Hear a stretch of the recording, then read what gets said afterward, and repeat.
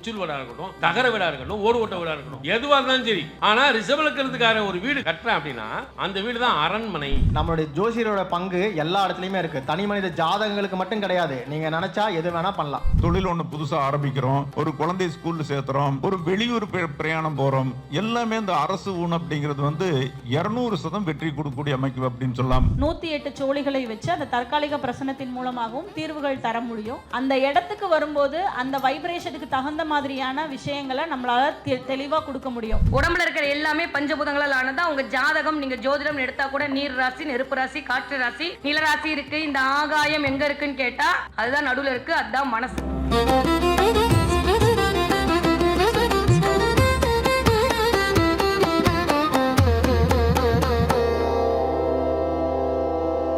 நவகிரகா வழங்கும் JM Maithri presence இரண்டாவது மாத ஜோதிட கருத்தரங்கம். Title sponsored by Navagraha, powered by balance theory, the school of astrology, Saravanan Somasundaram, the child pros Kanimozhi Santhosh. Navagraha மாதாந்திர இது இரண்டாவது கருத்தரங்கம் வெற்றிகரமாக நடந்து கொண்டிருக்கு. இந்த கருத்தரங்கத்திற்கு எனக்கு அழைப்பு கொடுத்து என்னை கௌரவித்த சகோதரி மைதிலி மாதாஜி அவர்களுக்கு இந்த நேரத்தில் நான் நன்றி சொல்ல கடமைப்பட்டிருக்கிறேன்.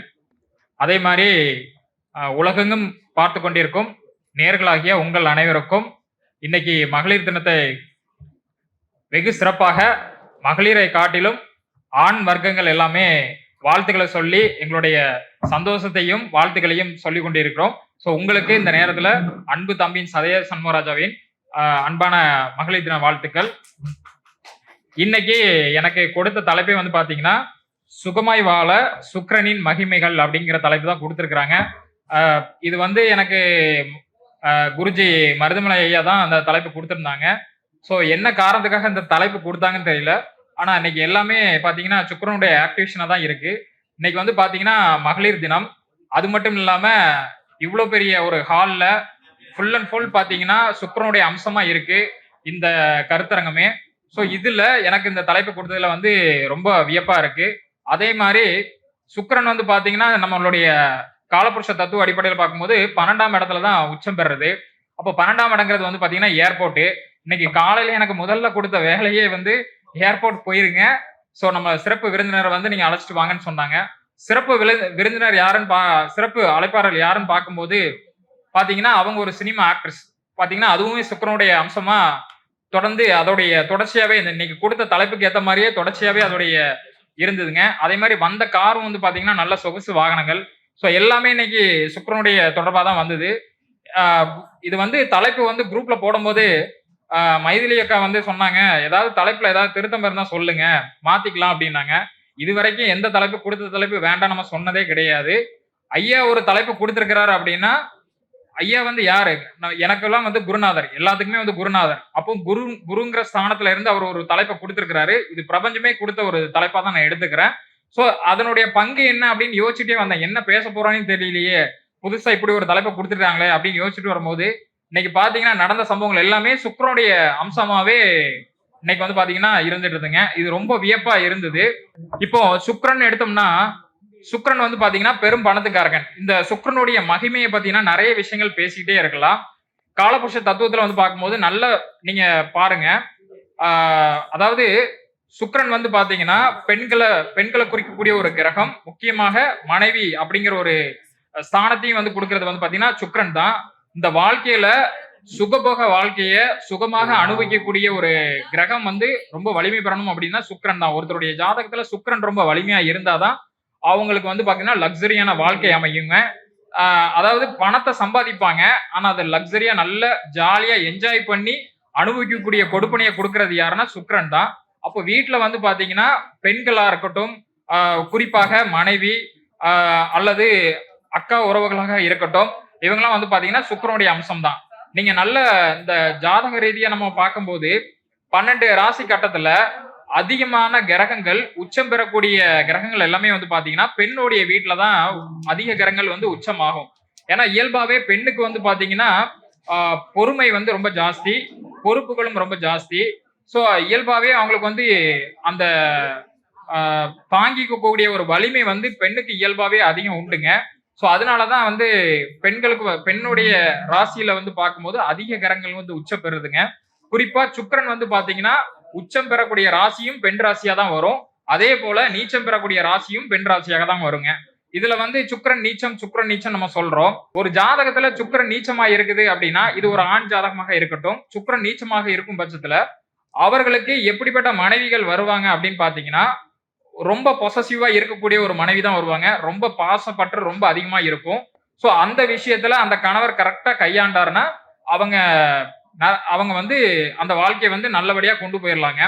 இதுவே ஒரு ஜாதகத்துல சுக்கிரன் வந்து உச்சம் பெற்றிருக்கு அப்படின்னா, என் ஜாதகத்துல சுக்கிரன் உச்சம் சூப்பர் அப்படின்லாம் என்ஜாய் எல்லாம் பண்ண முடியாது. சுக்கிரன் உச்சமாச்சு அப்படின்னா அந்த கிரகக்காரக உறவு வந்து பாத்தீங்கன்னா நல்ல ஸ்ட்ராங்கா வந்து சேர் போட்டு உட்கார்ந்துருக்குங்க.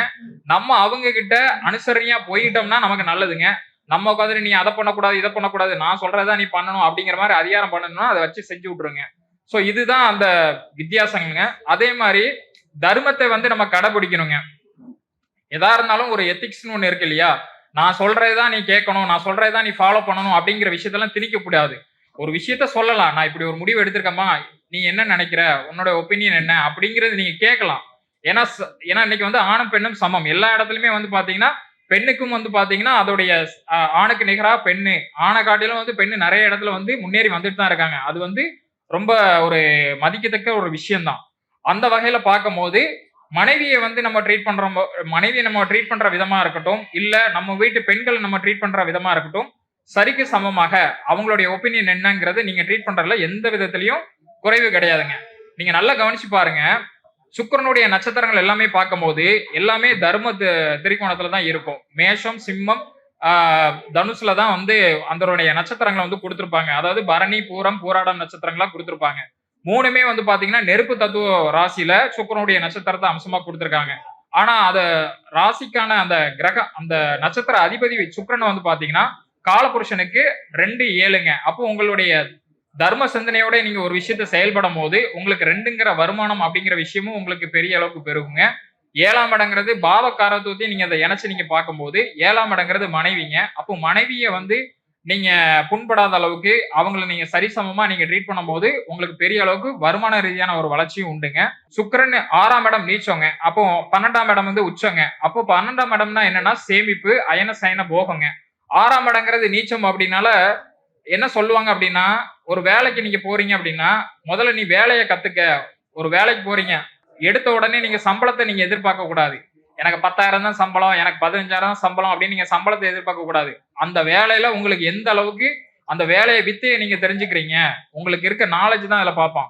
ஏன்னா காலபுருஷ தத்துவத்தை பாத்தீங்கன்னா மேஷத்துக்கு 6ஆம் இடத்துல புதன் வந்து உச்சம் பெறுதுங்க. அதே இடத்துல சுக்கிரன் நீச்சம் பெறுது. அப்ப நீங்க எந்த அளவுக்கு உங்களுடைய அறிவை நீங்க வளர்த்துக்கிறீங்களோ அந்த அளவுக்கு தான் உங்களுக்கு சுக்கிரங்கிற பணம் வந்து உங்களுக்கு தன்னை போல கிடைக்குங்க.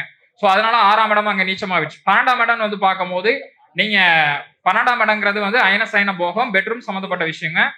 சோ அந்த இடத்துல உங்களுடைய அறிவை நீங்க அறிவாலேயே நீங்க யோசிக்கணும்னு நினைச்சீங்கன்னா நீங்க முட்டாளாயிருவீங்க.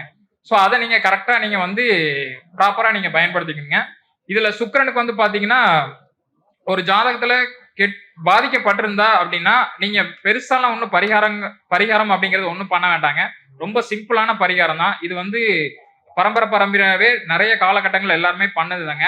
இப்ப திருமண வயதுல இருக்கக்கூடியவங்களுக்கு, இருக்கக்கூடிய குழந்தைங்களுக்கு, கஷ்டப்பட்ட குழந்தைங்களுக்கு அவங்களுக்கு ஒரு ஜாக்கெட் பெட்டு, வளையல், ஒரு தாம்பளத்தட்டுல வச்சு அவங்களுக்கு வந்து ஒரு புடவை எடுத்து கொடுத்து முறையா அவங்களுக்கு நம்ம எடுத்து கொடுக்கலாங்க, தானமா கொடுக்கலாங்க. இல்ல அப்படின்னா கல்யாணமான பெண்களா இருக்கட்டும், அவங்க அந்த குழந்தை குட்டியோட பெரிய குடும்பமா இருப்பாங்க இல்லையா, அந்த மாதிரி பெரியவங்களை வந்து அவங்க கிட்ட நம்ம முறையா நம்ம ஆசீர்வாதம் வாங்குறதும் நமக்கு ஒரு பலத்தை கொடுக்குங்க. அதே மாதிரி நீங்க ஒரு பெரிய விசேஷமான இடம்னு வந்து பார்க்கும்போது சுக்கிரனுக்கு வந்துதான் பாத்தீங்கன்னா உயிர்ப்பிக்கக்கூடிய ஒரு தன்மை அப்படிங்கிறது உண்டுங்க. அதாவது நீங்க எவ்வளவுதான் நம்ம வந்து ஒரு அசுரர்கள் வந்து அழிஞ்சாலும் கூட அந்த அசுரர்களையே உயிர்ப்பிக்கக்கூடிய தன்மை வந்து அந்த சுக்கிரனுக்கு தான் உண்டுங்க. நீங்க நல்லா கவனிச்சு பாருங்க, வீட்டுல என்னதான் ஆண்கள் வந்து பல பிரச்சனைகளை சிக்கினாலும் ஒரு பிரச்சனைங்க என்ன, நான் இருக்கேன், நீங்க எதுக்கு கவலைப்படுறீங்க அப்படின்னு சொல்றது யாரு? பெண்கள் தான் சொல்றாங்க, மனைவி தான் சொல்லுவாங்க. அப்ப அந்த இடத்துல வந்து நமக்கு வந்து இதுக்கு மேல வாழ்வா சாவான்னு இருக்கக்கூடிய இடத்துல கூட அந்த இடத்துல மனைவி வந்து நமக்கு சப்போர்ட்டா இருக்கிறாங்க. அவங்க என்ன சொல்றாங்க, நீ எதுக்கும் கவலைப்படாத, பாத்துக்கலாம், வீடு பாத்துக்கலாம் அப்படிங்கிறாங்க. அப்ப அந்த நம்பிக்கைங்கிறது வந்து சுக்கிராச்சாரியார் கொடுத்த அந்த சஞ்சீவினி மூலிகையில கிடைச்சக்கூடிய அந்த மருந்து மாதிரி தான். அதை உயிர்ப்பிக்கக்கூடிய விஷயம் தான் அந்த பெண்கள் வந்து நமக்கு குடிக்கக்கூடிய நம்பிக்கையான வார்த்தைங்க. அது கண்டிப்பா வந்து பாத்தீங்கன்னா ஒரு ஆணை வந்து என்னதான் அவருடைய மோட்டிவேஷன் ரொம்ப டிமோட்டிவேட்டா இருந்தாலும் அவர் திரும்ப அதுல இருந்து மீண்டு வரக்கூடிய ஒரு பக்குவம் வந்து வீட்டுடைய பெண்களுக்கு தான் இருக்கு. அதனால பெண்களை மதிங்க, பெண்களை போட்டுருங்க. இன்னொரு விஷயம் என்ன சொல்லணும் அப்படின்னா, காலபுருஷத்துக்கு 9ஆம் இடம்ங்கிறது வந்து பாத்தீங்கன்னா தனுஷ் ராசியா வருங்க. இந்த தனுஷ் ராசிங்கிறது வந்து கோவை மண்டலங்க. இந்த கோவை மண்டலத்தை மட்டும் ஏன் இந்த அளவுக்கு இவ்வளவு சிறப்பா இருக்குது அப்படின்னு பாக்கணும் ஒரு பெரிய விஷயம் அப்படின்னு பார்க்கும்போது, இங்க வந்து பாத்தீங்கன்னா மரியாதைக்கு பேர் போன ஊர் வந்து பாத்தீங்கன்னா கோயம்புத்தூர் மாவட்டம் தாங்க. ஏன்னா அங்க வந்து எல்லாமே வந்து பாத்தீங்கன்னா ரொம்ப மரியாதையா பேசுவாங்க. இங்க வந்து பார்க்கும்போது கொங்கு மண்டலத்தை மொத்தத்திலேயே நீங்க எடுத்து பாத்தீங்கன்னா இங்க டெக்ஸ்டைல் துறை வந்து ரொம்ப சிறப்பா இருக்குங்க. சோ அதுக்கு சில காரணங்களும் இருக்கு. ஏன்னா இங்க இருக்க வீடோடைய கட்டமைப்பு, வாழ்வியல் முறை அதுவா இருக்கட்டும், இவங்களுடைய பழக்க வழக்கங்களா இருக்கட்டும், சோ இது எல்லாமே ஒரு காரணங்க. அதே மாதிரி இங்க வந்து பாத்தீங்கன்னா நீங்க நல்லா கவனிச்சு பார்த்திருப்பீங்க. மங்களாமி நோம்பின்னு சொல்லி, அதாவது கயிறு சரடு மாத்தும் போது இவங்க வந்து பாத்தீங்கன்னா ஒரு தட்டுல வந்து மஞ்ச கயிறு, சரடு இதெல்லாம் வச்சு வளையல் இதெல்லாம் வச்சு பாத்தீங்கன்னா தானமா கொடுப்பாங்க. இது வந்து காலங்காலமா பின்பற்றிட்டு இருக்காங்க. இன்னைக்கு பல இடங்கள்ல வந்து இது பின்பற்றது இல்லைங்க. ஆனா இன்னமும் இன்னைக்கு காலகட்டத்துல இப்ப பிரசன்ட்ல கூட இந்த கோவை மண்டலத்துல முக்கியமா இந்த கொங்கு பகுதியில எல்லாமே வந்து பாத்தீங்கன்னா இந்த சம்பிரதாய முறைகளை தொடர்ந்து ஃபாலோ பண்ணிட்டு இருக்காங்க. சோ இதுவும் கூட வந்து பாத்தீங்கன்னா இதோடைய வளர்ச்சிக்கு காரணங்க. குருங்கிறது வந்து பெரும் பணம் தாங்க. நம்ம நினைப்போம் குரு தான் வந்து நமக்கு உடனே அள்ளி கொடுப்பாரு, சுக்கிரன் கொடுக்கவே மாட்டாரு அப்படின்னு நினைப்போம்.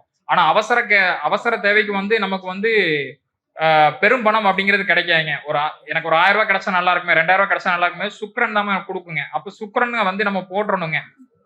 இதுக்கு வந்து பாத்தீங்கன்னா கச்சனூர் வந்து சுக்கிர பகவானுடைய கோயில்களுக்கும் நீங்க போய் கோயில் வழிபாடு பண்ணுங்க. எல்லாருமே அதே கோயிலுக்கு போக முடியுமா? தூரமா இருக்கும் இல்லையா? அப்ப நீங்க என்ன பண்ணலாம் அப்படின்னா வீட்டு பக்கத்துல இருக்கக்கூடிய மகாலட்சுமி கோயிலுக்கு கூட நீங்க போகலாங்க. சோ இப்படி நீங்க சுக்கிரனுடைய விஷயத்த வந்து ஆக்டிவேஷன் பண்ணலாம்.